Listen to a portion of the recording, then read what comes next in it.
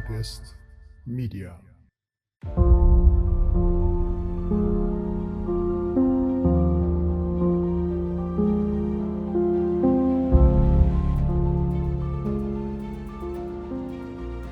የአፍሪካ ቀንድ በባሩድ ሽታ ታውዷል። ባላንጣነትን በሰፊው ወዳጅነትን በጥቂቱ የተቋደሱት ኢትዮጵያና ኤርትራ ደግሞ ተረኛ ተፋላሚዎች መሆናቸው ሰርክ እየተነገረ ነው። የነገሩ ማጠንጠኛ ደግሞ ቀይ ባህር ሆኗል። ከቀይ ባህርም አሰብን አሳልፎ ሰጥቷል የሚባለው የኢህአዴግ መንግስት የሰራውን ስህተት አርማለው እያለ የሚገኘው የአብይ አህመድ መንግስት ቀይ ባህርን አጀንዳ ካደረገ ሰንብቷል። ነገር ግን አሰብን ዳግም የማስመለሱ ጥረት በዘመነ ኢህአዴግም በልዩ አጋጣሚ ተሞክሯል። ይህ ክስተት በዚህ ዘመን ሊተገበር ለሚችል ዘመቻም ትልቅ ቁም ነገር እንዳለው ግልጽ ነው። በቅርቡ የህትመት ብርሃን ያገኘው አዙሪት ኢትዮጵያና የጦርነት ፍቺ የሚያስፈልገው ጋብቻ የተሰኘው የሌተናል ጀነራል ዮሐንስ ገብረ መስቀል መጽሐፍ በዚህ ጉዳይ ስለ አንድ ታሪካዊ ዘመቻ አትቷል። መጽሐፉ በሌተናል ጀነራል ታደሰ ወረደ የተመራው የቡሬው እቅድ አልባ ማጥቃት 1992 በሚል ርዕስ ስለ ክስተቱ ዘግቧል። ጀነራሉ ሂደቱን እንዲህ ሲሉ ይተርኩታል። በምዕራብ ትግራይና በመካከለኛው ግንባር ተካሂደው ዓላማቸውን ሳያሳኩ ድንገት ከተቋረጡ የማጥቃት ዘመቻዎች በኋላ ጥቂት ቆየት ብሎ በቡሬ ግንባር ማጥቃቱ እንዲቀጥል ተደረገ። በአክሱም ከተማ እቅዱን የነደፈው የጀነራሎች ቡድን የማጥቃት ውጊያው እንደ ዋና የማጥቂያ ግንባር የምዕራብ ግንባር እንዲሆን፣ እንደ ደጋፊ አቅጣጫ መካከለኛው ግንባር ማለትም የጾረናና የዛላምበሳ ግንባር እንዲሆን በትንተና ተስማምቶ በእቅዱ ላይም ሰፍሮ ነበረ። ወደ አሰብ መስመር በሚወስደው በቡሬ ግንባር ግን እንዋጋ የሚለው ሐሳብ አልነበረም ይላሉ። ግንባሩ ለማጥቃት ያልተመረጠበትን ምክንያት ሲያብራሩም ይህን ብለዋል። ቦታው ሐሩርና ፀሐይ የበዛበት ገላጣና ሜዳማ ነው። በመሆኑም ይህንን ከባድ የአየር ንብረት ተቋቁሞ ሊዋጋ የሚችል ወታደር ስላላዘጋጀን በቡሬ ግንባር አንዋጋም ብለን ወሰንን ብለዋል። እንደ ጀነራሉ ትረካ ይህ እቅድ አዲስ አበባ ላይ በሌሎች ግንባሮች ካሉ እቅዶች ጋር ተዳብሎ ቀርቦ ነበር። እቅዱ ሲቀርብም ጠቅላይ ሚኒስትር መለስ ዜናዊ ነበሩ። የቡሬው የማጥቃት እቅድ ይቅር የሚለው ምክር ብዙም ንትርክ ሳይነሳበት እንደጸደቀ ጀነራሉ ያስታውሳሉ። የተለያዩ አነጋጋሪ ክስተቶች በቀጠሉበት ጦርነት በሌሎቹ ግንባሮች የሚደረገው ማጥቃት ወደ ኤርትራ መሬት በጥልቀት ከገባ በኋላ እንዲቆም ተደረገ። ይህንን ተከትሎ ነበር ያልተጠበቀ የተባለ ውሳኔ የተወሰነው። ውጊያው ጋብ ካለበት የጾረና ግንባር የነበሩት ጀነራል ታደሰ ወረደ 7 ክፍለ ጦሮችን ይዘው ወደ ቡሬ ግንባር ተንቀሳቀሱ። የስምሪቱ ዋነኛ ግብ እዛው ቡሬ ግንባር ከነበሩ ሌሎች ክፍለ ጦሮች ጋር በመጣመር አሰብን መያዝ ነበረ። ይሁንና ክፍለ ጦሮቹ እዚህ ገባ የሚባል ወታደራዊ እቅድ አልነበራቸውም። ማጥቃቱ በፍጥነት ተጀመረ። ክፍለ ጦሮቹ በየተራ ተሰልፈው ገቡ። ለ3 እና 4 ቀናትም ውጊያው ተጧጧፈ። የኤርትራ ጦር በቡሬ ግንባር የተወሰነ እግረኛ ያሰማራ ሲሆን ታንክና መድፎችም ነበሩት። የአዙሪት መጽሐፍ ደራሲ የቡሬ ግንባርን ፈታኝ ገጽታ እንዲህ በማለት ይተርኩታል። የአፋር ጥቋቁር አለቶች የሸፈኑት መሬት ሰፊ ነው። አንድ የታንክ ወይም የመድፍ ሼል ተተኩሶ ባለቶቹ ላይ ሲወድቅ በፍንጣሪው ቢያንስ ከ50 እስከ 60 ወታደር ከጥቅም ውጪ ይሆናል። የአፋር የተፈጥሮ ጫና ከምንገምተውም በላይ ነው። በውሃ ጥም ሰው ሕይወቱን በቀላሉ ያጣል። በፀሐይ ሐሩር ምክንያት ሰው በቀላሉ አእምሮውን ስቶ ይወድቃል። በቀላሉም ለህልፈት ይዳረጋል። የአፋር ሜዳማ ቦታ አቅጣጫ ለመጠበቅም ከባድ ስለሆነ በአቅጣጫ መሳት ምክንያት በቀላሉ ለችግር ያጋልጣል። ለዚህም ነበር በቡሬ ሳንዋጋ በሌሎች ግንባሮች ተዋክተን ስራችንን እንስራ ያልነው በማለት ይገልጻሉ። ይሁንና ጀነራሎቹ ያልጠበቁት ሆነ። ጀነራል ታደሰ የሚመሯቸውን ክፍለ ጦሮች በተመለከተ ሙሉ ስልጣን ተሰጣቸው። ጀነራሉ ግቡ እያሉ ያስገቧቸው የጦር ክፍሎች ግን ከባድ ፈተና ገጠማቸው። የኤርትራ ሰራዊት የከባድ መሳሪያ ድብደባ ፈጸመባቸው። ተፈጥሮም አብራ ተዋጋቻቸው። በዚህም ሳቢያ የበርካታ ወታደሮች ህይወት ተቀጠፈ። ከዚህ በኋላ የተከሰተው ክስተትም የደረሰውን የጥፋት መጠን ያሳያል። ጀነራሉ ትውስታቸውን እንዲያስፍረውታል። አስታውሳለሁ፣ ጦርነቱ ቆሞ ሰላም አስከባሪ ወደ ቦታው እንደገባ ቀጠናው በሬሳ ብዛት ስለተበከለ እዚያው የሰፈረው ኃይል በሬሳ ብዛት ስራዬን መስራት አልቻልኩም ብሎ ለኢትዮጵያና ኤርትራ መንግስታት ሪፖርት አደረገ። በሐሳብ ደረጃም ሬሳችሁን በጋራችሁ ሆናችሁ ልቀሙ የሚል ሐሳብ አቅርቧል። በኤርትራ በኩል የተሰጠው ምላሽ ግን እንቢታ ሆነ። አስመራ እኔ እዛ የወደቀ ሬሳ የለኝም በሚል አሻፈረኛለች። በኢትዮጵያ በኩል ግን እንቢ ማለት አልተቻለም። እነ ጀነራል ዮሐንስ የሰላም አስከባሪው ምክር ተቀብለው ሬሳ የሚቀብር ኃይል አሰማሩ። ሬሳውን ለመቅበር የወሰደብን ጊዜና የጠየቀን ጥረት ከባድ ነበር ይላሉ መኮንኑ። ከዚህ አስደንጋጭ ክስተት በኋላ የኢትዮጵያ ጀነራሎች ጥያቄ ማንሳታቸው አልቀረም። ከጸደቀው እቅድ ውጪ ለምን በቡሬ ግንባር ተዋጋን? ለምን ከእቅድ ውጪ ሄደን ህይወት ቀጠፍን? ተጠያቂ መኖር አለበት የሚሉ ጥያቄዎች በድህረ ጦርነቱ ሰሞን ተሰምተዋል። ጀነራል ዮሐንስ የቡሬው ውጊያ የተመራው በፌዴራል መንግስቱ እውቅና እንዳልነበር ያስረዳሉ። የጦር አዝማቾቹና የእቅዱ ደራሲዎችም ኤታማዦር ሹሙ ጀነራል ጻድቃን ገብረተንሳይና የመከላከያ ሚኒስትሩ ስዬ አብርሃ ነበሩ ባይ ናቸው። እነዚህ አቶ መለስን ሲቃወሙ የነበሩ ቡድኖች ጉዳዩን በምስጢር ይዘው ጀነራል ታደሰን ወደ ቡሬ ግንባር ልከውታል ይላሉ የአዙሪት መጽሐፍ ደራሲ። ይህም የእርሳቸው ብቻ ሳይሆን የብዙ ጀነራሎች እምነት እንደነበር አብራርተዋል። ህገወጥና እቅድ አልባ ተብሎ በጀነራል መኮንኑ የተገለጸው ይህ የቡሬ ግንባር ውጊያ ከጾረና ሽንፈት የባሰ ውድቀት ነው ሲሉም ይገልጹታል።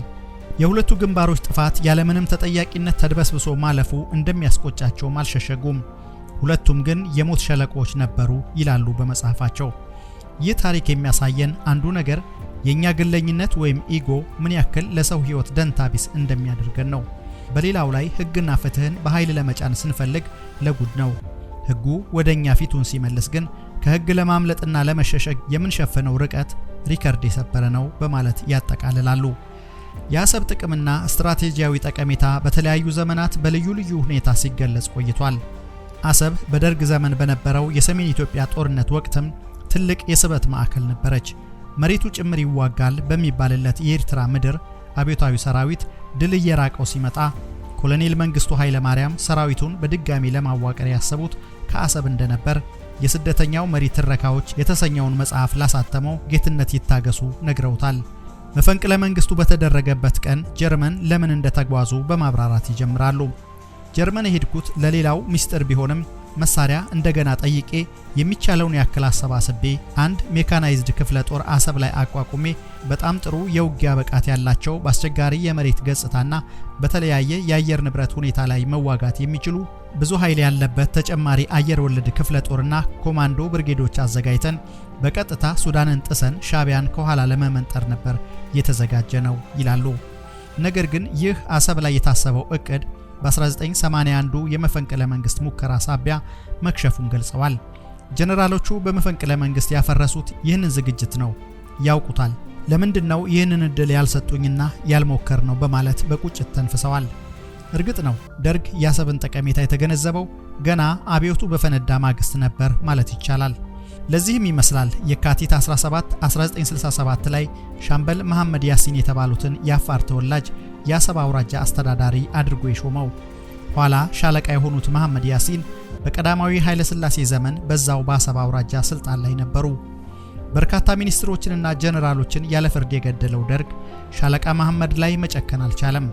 እናም በጊዜያዊ ወታደራዊ አስተዳደር ደርግ የወቅቱ ሊቀመንበር ብርጋዴር ጀነራል ተፈሪ በንቲ ፊርማ አሰብን እንዲያስተዳድሩ ተሾሙ።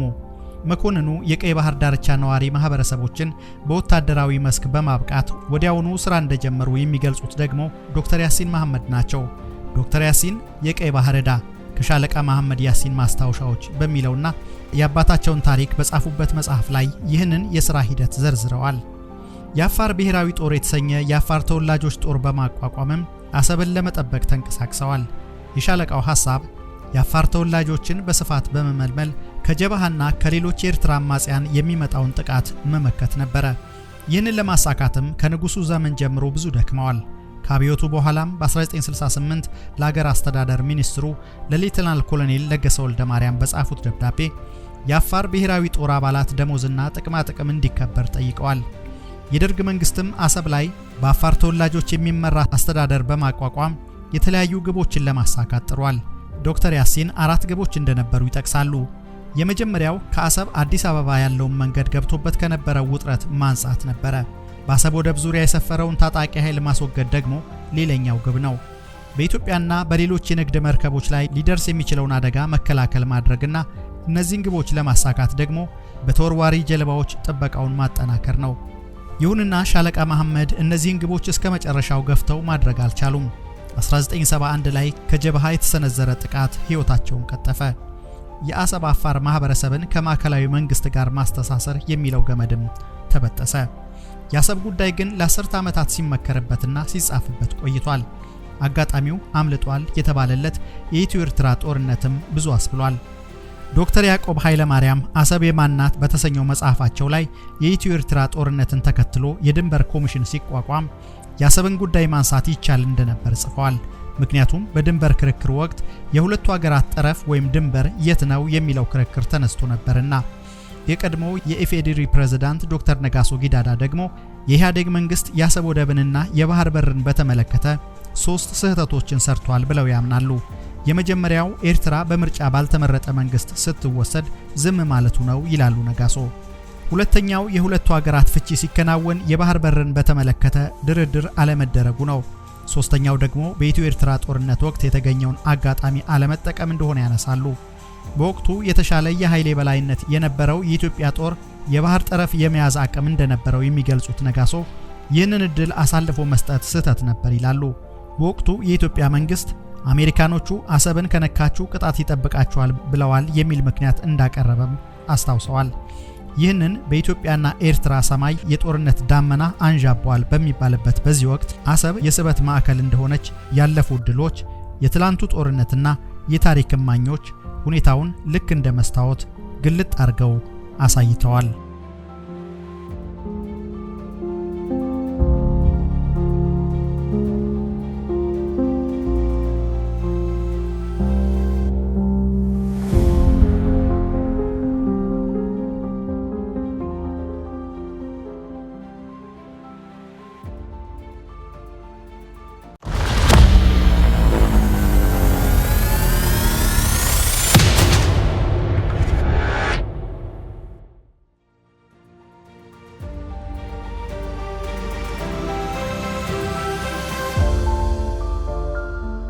August Media.